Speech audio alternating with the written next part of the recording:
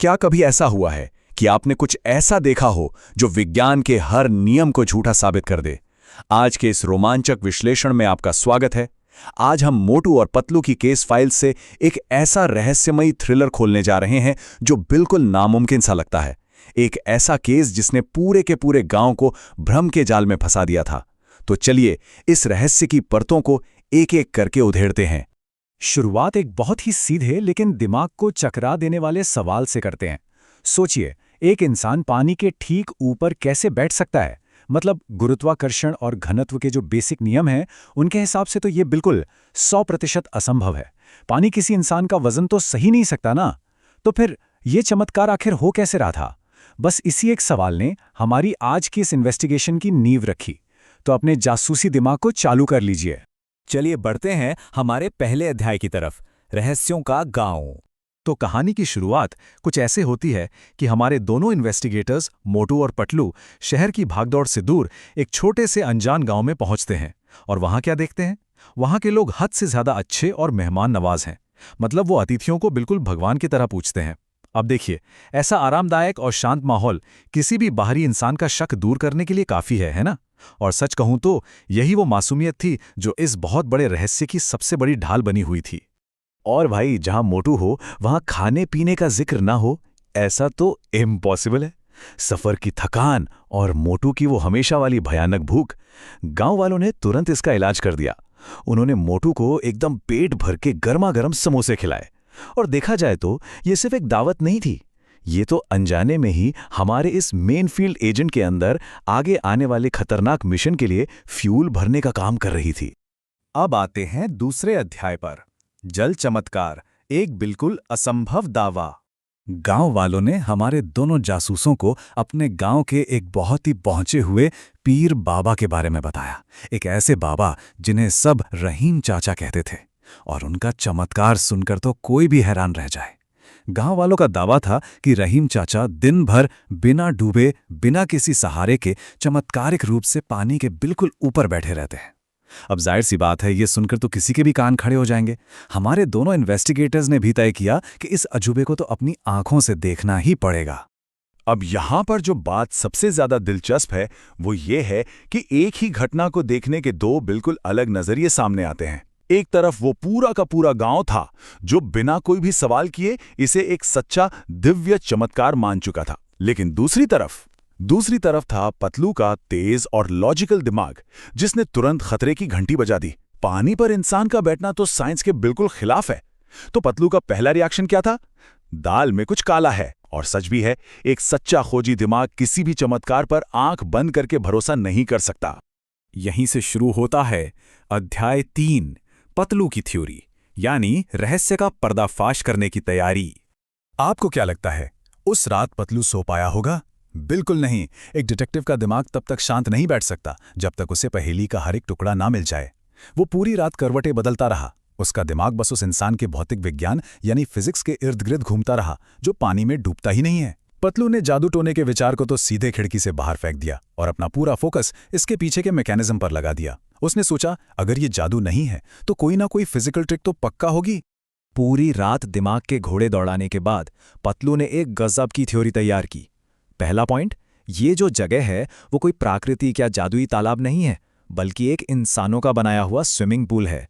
और दूसरा, सबसे जरूरी पॉइंट, रहीम चाचा किसी हवा या पानी के ऊपर नहीं तैर रहे हैं, बल्कि पानी की सतह के ठीक नीचे कोई ठोस चीज छुपी हुई है जिस पर वो आराम से टिककर बैठते हैं। ये एक बहुत ही सॉलिड और तार्किक डिडक्शन था। अब देखिए, थ्योरी तो बन गई, लेकिन इसे साबित कैसे किया जाए? इसके लिए जरूरत थी फील्ड वर्क की। और इस खतरनाक काम के लिए पतलू को चाहिए था अपने साथी मोटू का साथ। अगले दिन जब पतलू ने मोटू को यह मास्टर प्लान समझाया तो मोटू का जवाब वही था जो हमेशा होता है, भैया खाली पेट मेरे दिमाग की बत्ती नहीं जलती। तो इस स्टिंग ऑपरेशन को अंजाम तक पहुंचाने के लिए पतलू को सबसे पहले मोटू को ढेर सारे समोसों की रिश्वत देनी पड़ी। और सही भी है, एक बेहतरीन टीम वर्क के लिए सही मोटिवेशन का होना तो बहुत जरूरी है ना। और अब हम आ गए हैं अध्याय 4 पर, द मिडनाइट ऑपरेशन, यानी आधी रात की जासूसी।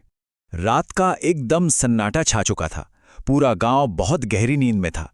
बस इसी अंधेरे का पूरा पूरा फायदा उठाकर मोटू बड़ी ही चालाकी से रहीम चाचा के घर के अंदर घुसपैठ करता है। यकीन मानिए, ये बिल्कुल किसी हॉलीवुड की high stake spy thriller film के सीन जैसा था। बिना एक भी आवाज किए मोटू उस रहस्यमयी स्विमिंग पूल के पास पहुंचता है और सीधा छपाक सच्चाई का पता लगाने के लिए वो पानी के अंदर उतर जाता है। और ये बात बड़ी ही खूबी से दिखाती है कि पानी के नीचे मोटू को आखिर मिला क्या। दोस्तों, पतलू की थ्योरी 100% बिल्कुल सही थी। ये कोई चमत्कार वमत्कार नहीं था, बल्कि इंजीनियरिंग का इस्तेमाल करके किया गया एक बहुत बड़ा फ्रॉड था। वह ये था कि पानी के नीचे एक बहुत बड़ा लोहे का स्टैंड डुबा कर रखा गया था। उस स्टैंड के ऊपर एक कुर्सी कुछ इस तरह से फिट की गई थी कि वो पानी की सतह के बिल्कुल नीचे रहे और बाहर से किसी को दिखाई ना दे। और रहीम चाचा वहां तक पहुंचते कैसे थे? पानी के अंदर छिपी हुई सीढ़ियों से। तो ये था इस पूरे घोटाले का असली ब्लूप्रिंट। सारी सच्चाई पता चलने के बाद भी मोटू पूल से बाहर नहीं निकला। वो वहीं पानी के अंदर छुपकर सुबह होने का इंतजार करने लगा। और फिर सुबह होती है। गांव वाले रोज की तरह चमत्कार देखने के लिए फिर से इकट्ठा होते हैं। रहीम चाचा अपने उसी पुराने ओवर कॉन्फिडेंस के साथ सीढ़ियों से उतरते हैं और अपनी उस छिपी हुई कुर्सी पर आकर सेट हो जाते हैं।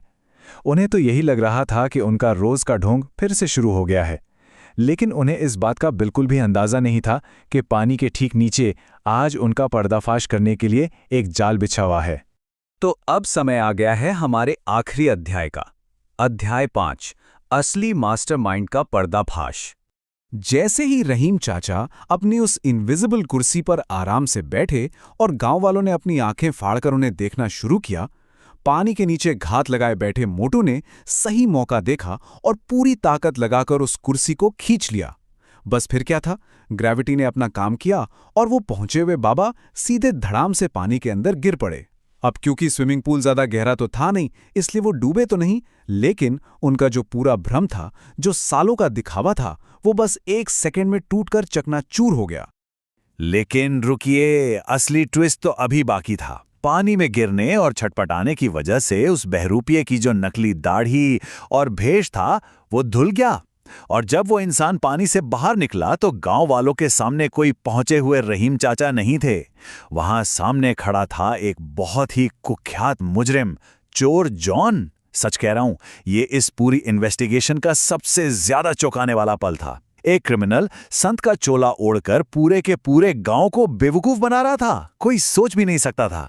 तो इस बात से ये साफ हो जाता है कि एक खोजी दिमाग और सही रणनीति से बड़ा रहस्य भी सुलझाया जा सकता है। केस पूरी तरह से क्लोज हो गया। गांव वालों की आंखें आखिरकार खुल गईं और उन्हें समझ आ गया कि वो इतने लंबे समय से ठगे जा रहे थे। तुरंत पुलिस को फोन मिलाया गया और इंस्पेक्टर चिंगम ने आकर उस चोर जॉन को हथकड़ी पहना दी। गांव वाले इतने खुश हुए कि उन्होंने मोटू और पतलू की इस शानदार इन्वेस्टिगेशन के लिए उन्हें अपने कंधों पर उठा लिया। और इतना ही नहीं, इस खतरनाक अपराधी को पकड़वाने के लिए सरकार ने भी उन दोनों को एक खास इनाम देकर सम्मानित किया। तो दोस्तों, ये पूरी कहानी हमें एक बहुत ही गहरा विचार दे जाती है। दुनिया में जो कुछ भी हमें असंभव सा दिखता है, क्या वो वाकई में कोई चमत्कार है या बस एक बहुत ही चालाकी से बुना गया इल्यूजन?